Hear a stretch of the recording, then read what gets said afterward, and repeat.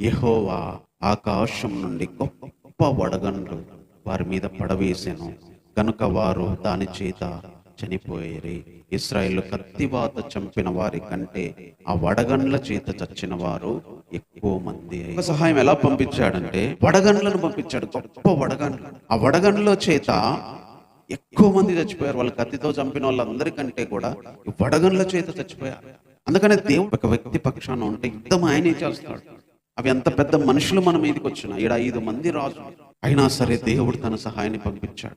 కొన్నిసార్లు మనకు శక్తికి మించిన భారము, శక్తికి మించిన కన్నీళ్లు, శక్తికి మించిన పోరాటము, శక్తికి మించిన పాపము మన ముందు ఎదుర్కొంటే దేవుడు తన శక్తితో 6 గంటలను కురిపించినట్టుగా మన శక్తిహీనతలో, మన బలహీనతలో తన శక్తిని పంపిస్తాడు. వడగండ్ల ద్వారా చంపడం ద్వారా యెహోషువకు సహాయపడుతూ వచ్చాడు.